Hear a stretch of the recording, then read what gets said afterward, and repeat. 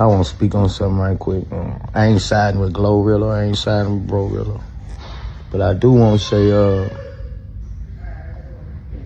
man, people be thinking we have more money than we have. Every artist who got 50 million ain't got 50 million.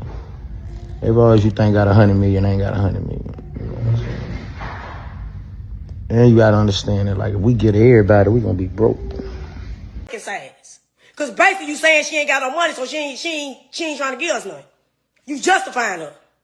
I don't give a fuck what y'all think about Boots. I don't care about his fan base. I don't care about none of that. This nigga on Tubi movies. So guess what? He fell off. It's always the old raccoon ass, tight fade ass niggas want to come for me. I don't care about who fuck with him. Y'all got to mix up everything. You better sit there. I ain't seen shit out. If I sat here and went laugh about my sister, all y'all up for it. Quit mentioning me. It's cool, ma. You taken care of. You know you can get whatever you want. You don't got to explain nothing. I let you come on here on my live, so they can hear your side of the story. Because everybody hearing everybody's side of the story, but mine. Because I wasn't going to say nothing. I was just going to let God deal with it. But what she not finna do was just act like you were just this horrible parent. Okay, yes, we struggle. Everybody struggle. Let me ask y'all something real quick. When one person in the family makes it out, do they automatically become the bank? We got to talk about this situation involving GloRilla and her sister, aka BroRilla. Because this ain't just about rap. This ain't just about money. This is about expectations. Her sister publicly suggested that Glo hasn't helped enough, that her mom still works, that the family isn't fully put on.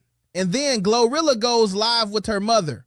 Now that right there, that's when it gets interesting. Because when you bring mom into it, it shifts the energy. Now here's where the conversation shifts. Because Glo didn't just stay quiet. She said something very clear. She said she don't mess with some of her siblings, and they know why. That line right there, they know why. That's not random. That's history. That's backstory. That's stuff that happened before fame ever showed up. And she made it very clear. Just because she rich now doesn't mean the past disappears. Money doesn't erase betrayal. Money doesn't erase disrespect. Money doesn't erase trauma. She also addressed allegations being thrown around. There were claims from her sister about situations involving police, threats, even a gun being involved. Now, those are serious claims, but here's the bigger picture. Regardless of who right or wrong, when history between siblings includes police, threats, or dangerous situations, that's not just family drama.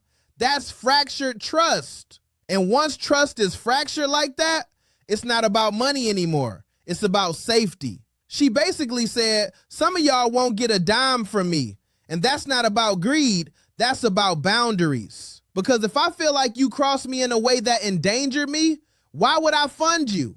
Let's be honest. If somebody in your own family got you locked up or threatened you or created a situation that could have changed your life forever, you cutting checks?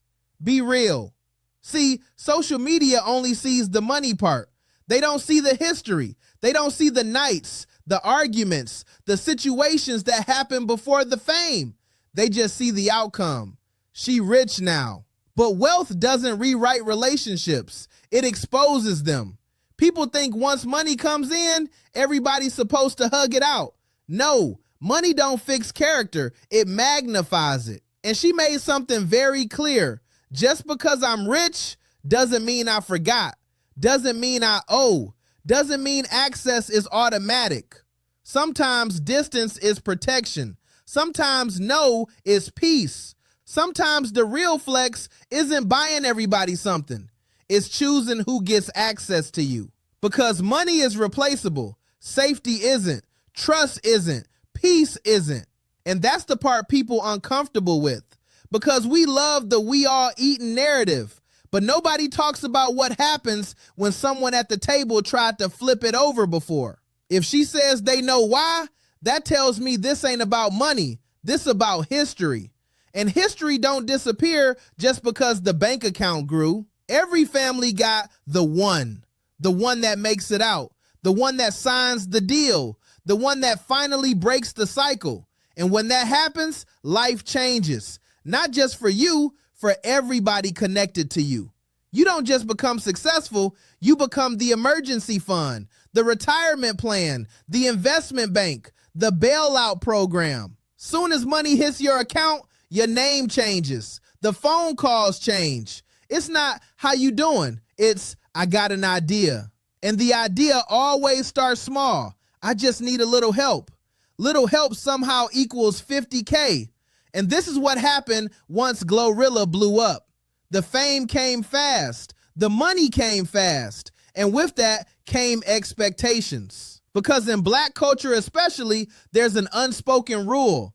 If you eat, we eat. That rule sounds beautiful, but it gets complicated when everybody at the table didn't help cook. Let's separate something important. Support is earned through trust. Entitlement is expectation without accountability. Support says, I'm proud of you. Let me grow too. Entitlement says, you made it. What's mine? Helping is beautiful, but helping does not mean unlimited access. Helping does not mean ignoring character. Helping does not mean pretending the past didn't happen. Some people don't want opportunity. They want allowance. That's not the same thing. Opportunity requires effort. Allowance requires nothing. Here's the uncomfortable truth. Money magnifies who people already are. If jealousy was there before fame, fame amplifies it. If trust was shaky before success, success exposes it. If boundaries were needed before money, they become mandatory after money. Just because you share DNA doesn't mean you share values. And just because someone is family doesn't mean they automatically get access. Access is earned. Trust is earned. Peace is protected. The internet loves a villain. And when someone rich sets boundaries, they become the villain. Nobody counts private support. Nobody counts quiet investments. Nobody counts off-camera conversations. But everybody counts your pockets. Half the people screaming, she wrong, wouldn't loan their cousin $100. Everybody generous with somebody else's bank account. Let's bring this home. Mama was on the phone, calm, not dramatic, and calm didn't fit the outrage narrative, so the narrative had to stretch. Now ask yourself, if you became wealthy tomorrow, how many family members would feel entitled? How many business ideas would appear overnight?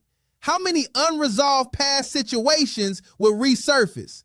Would you fund everybody or would you filter? Because at the end of the day, family love shouldn't feel like payroll and success shouldn't feel like punishment. Sometimes no is peace. Sometimes distance is protection. And sometimes wealth doesn't change you. It just reveals who was already around you.